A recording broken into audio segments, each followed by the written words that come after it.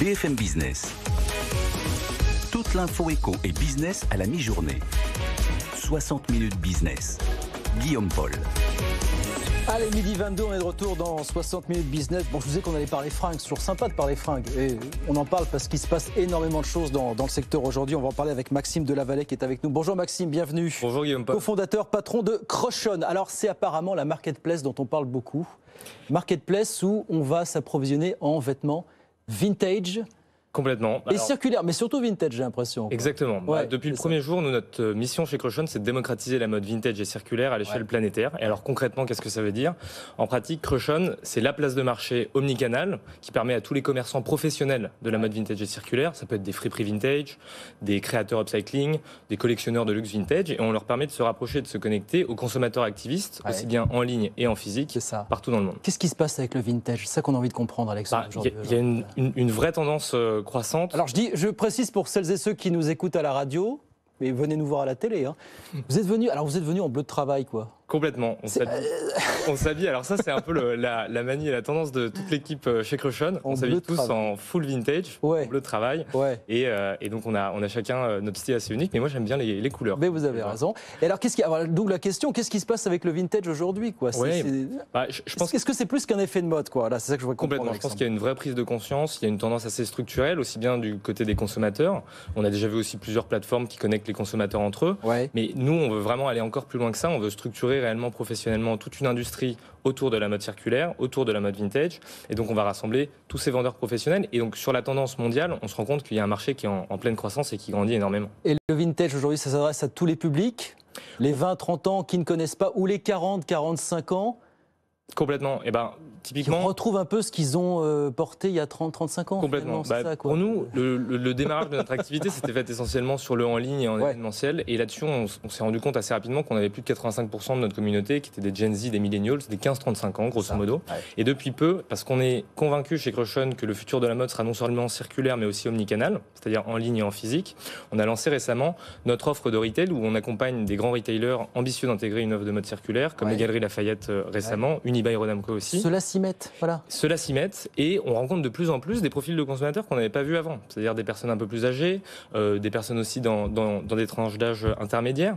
On voit des gens, alors parfois ça peut être même des personnes assez âgées qui redécouvrent du coup des vêtements qu'ils avaient connus à leur époque et qui sont super marqués par le fait que ce soit souvent des vêtements qui sont toujours en très bon état, à des prix souvent réduits, même pour des pièces griffées, et qui plus est, qui rendent toujours un style assez unique. On peut mixer les années, mixer les époques. On voit déjà de plus en plus de ces boutiques aujourd'hui dans Paris où on est à fond sur le vintage aujourd'hui. Quelques chiffres quand même, Maxime, pour parler de Crochon.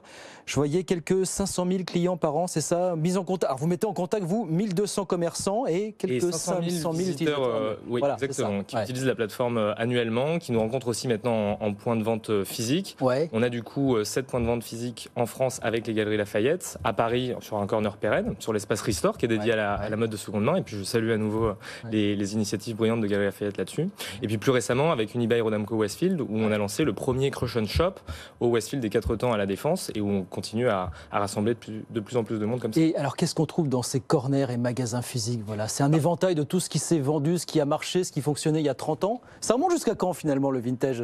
On est sur des fringues de quelle époque finalement ? Oui, le vintage ça va être assez large mais finalement nous on va vraiment se baser sur des productions qui étaient basées entre les années 2000, donc l'époque Y2K. Il y a parfois certains articles qui remontent aux années 30-40, vraiment des textiles alors assez rares, parfois aussi un peu plus chers.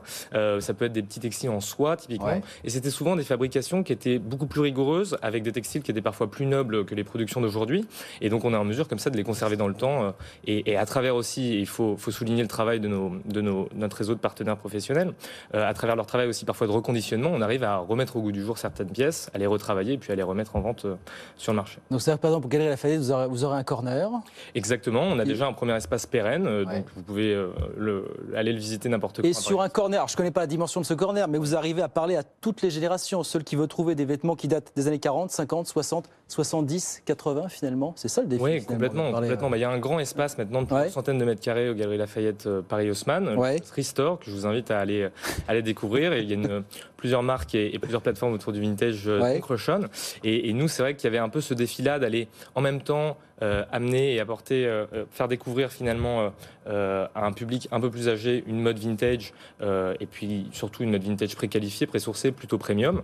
Et en parallèle de ça, faire mobiliser finalement notre communauté pour qu'elle se déplace, un public souvent assez jeune, local, et puis engagé sur des causes aussi environnementales et éco-responsables. Et Maxime, vous dites le jour où Vinted va s'y mettre avec une division consacré au vintage à proprement parler, c'est là que les difficultés vont commencer véritablement pour des acteurs comme vous ou c'est De difficultés, je ne sais pas. Nous, on est convaincus à nouveau que la mode sera circulaire et omnicanal. Ça va être un marché qui va être en pleine croissance, qui l'est déjà. Bien sûr. Il y aura de la place pour suffisamment de personnes. À nous, en revanche, de travailler sur nos axes de différenciation. Là-dessus, le fait d'être en retail, on est la seule plateforme à le faire actuellement.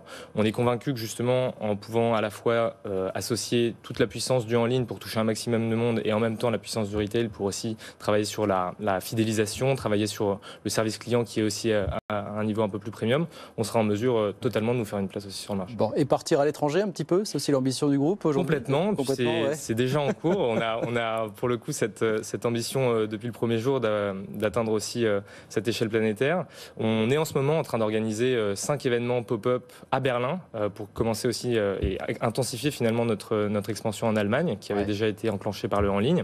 Et on est en discussion aussi avec plusieurs retailers pour lancer du coup cette offre omnicanal, donc aussi bien sur le réseau de vente retail de plusieurs retailers en France, en Belgique et en Allemagne, mais aussi pour lancer une offre omnicanal où on va interfacer notre plateforme à celle de d'autres grands retailers comme les Galeries Lafayette par exemple. Et ben voilà le vintage qui monte en puissance, qui séduit de plus en plus de public un peu partout en France, un peu partout dans le monde. Quand on parle de vintage, il y a des marques, quelques secondes on est sur la fin, il y a des marques qui parlent en particulier qu'on va rechercher, on recherche quoi? Des modèles? Complètement. Des souvenirs ou des marques en particulier finalement qui Alors il y a un peu de tout ça, il y a un peu de tout ça. Il y a aussi quand même quelques marques iconiques, il faut le souligner. Ça peut être Levi's, ça peut être Burberry. Il y en a beaucoup qui sont très bien vendus sur Crochon. Et ben voilà, on vous souhaite de continuer à grandir et puis de continuer à exporter évidemment votre modèle, votre savoir-faire. Merci beaucoup Maxime. Merci Guillaume. Merci d'être passé nous voir. Maxime Delavallée, cofondateur et patron de Crochon, en un seul mot, la marketplace consacrée au vintage.